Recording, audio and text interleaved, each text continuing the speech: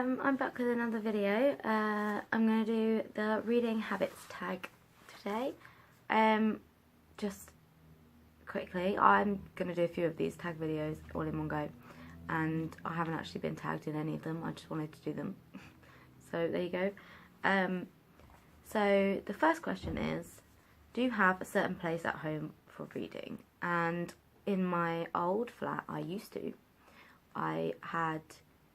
We had a big bay window, and I had a sort of miniature bench thingy next to it, right next to the window, and I used to sit there and listen to the rain and sit and read there with a blanket.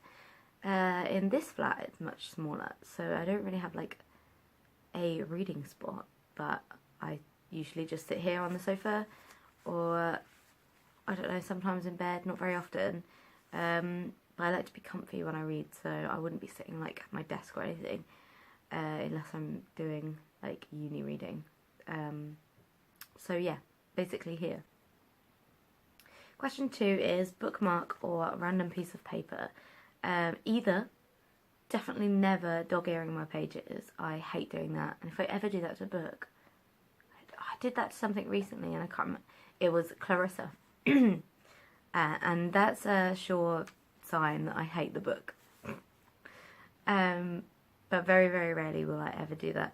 I would prefer to use a bookmark, but if there's not a bookmark available, then I will use whatever's near me. Usually, sometimes that's a bus ticket, or just a random letter that I've had in the post. Or if I don't have anything and I don't want to dog-ear the page, obviously, then I will mark it on my Goodreads what page I'm on, so I'll know what page I'm on. Question 3 is, do you just stop reading, or do you have to stop after a chapter or certain amount of pages? So I would ideally prefer to finish my reading session at the end of a chapter, just because chapters are there for a reason, so you know where you're at, and reading in the middle of a chapter sometimes is a bit confusing when you come back to your reading.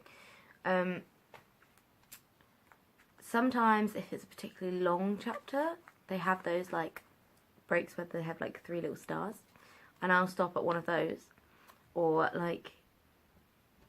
if there's, I like to finish at the end of a chapter, or where there's an obvious break, unless I'm on the bus and I have to get off. But then I'll probably keep reading it when I get to my destination.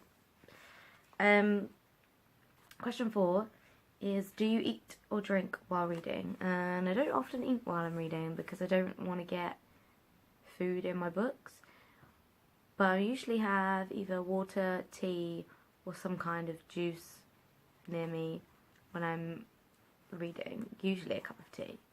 But yeah, no food really, if I can help it.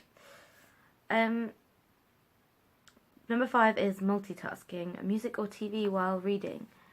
I cannot watch TV while I read. I don't know who can do that. I can't even have it on in the background really, because I'll get distracted by looking at it and then not looking at the page.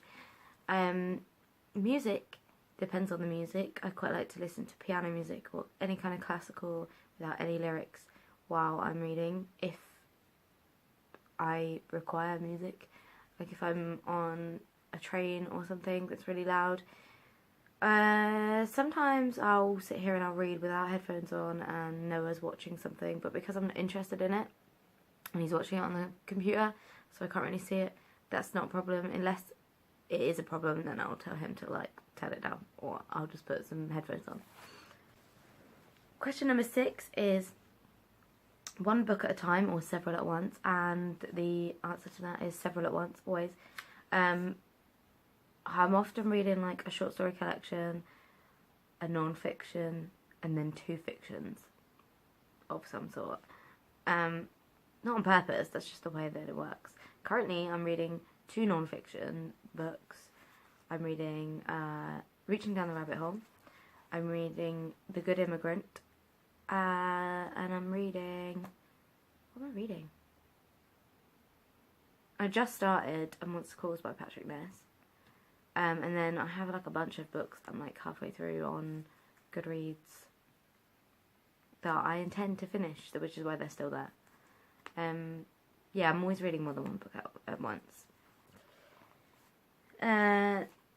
Question number 7 is reading at home or everywhere. And this is part of the reason why I read multiple books.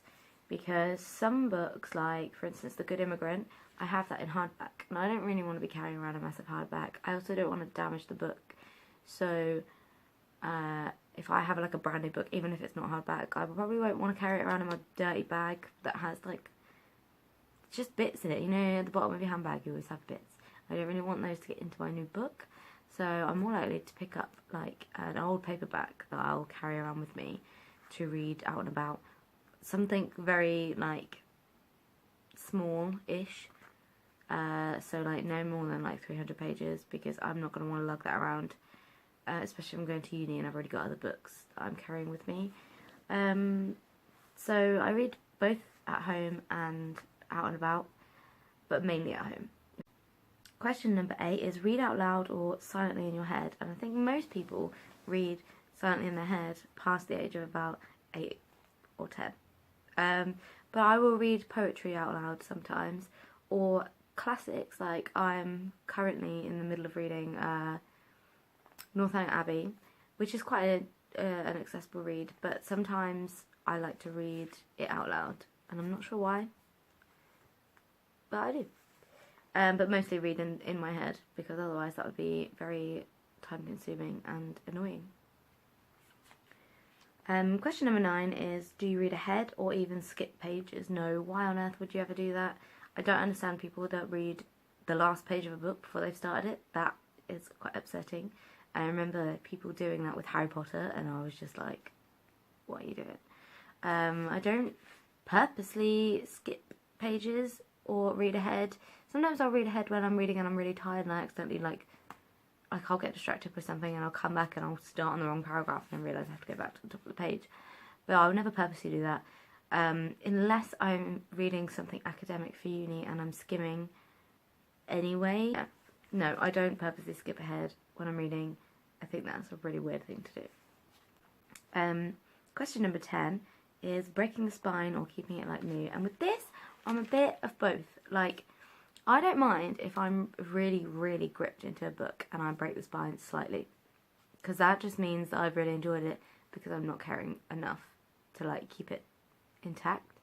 Other times, if I don't care about a book, like I've mentioned already in this video, Clarissa, I don't mind cracking the spine if it's making it easier to study with, especially if it's my own, that I own. I won't crack the spine on library books purposely, because I think it's quite rude.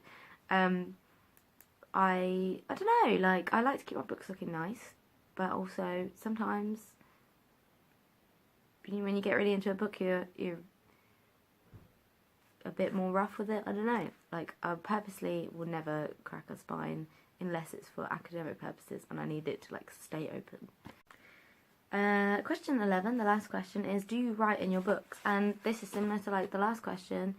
If it's an academic book, then I might write in it in pencil. Pen if it's like a desperate note that I need to write down, but I don't really like writing in my books.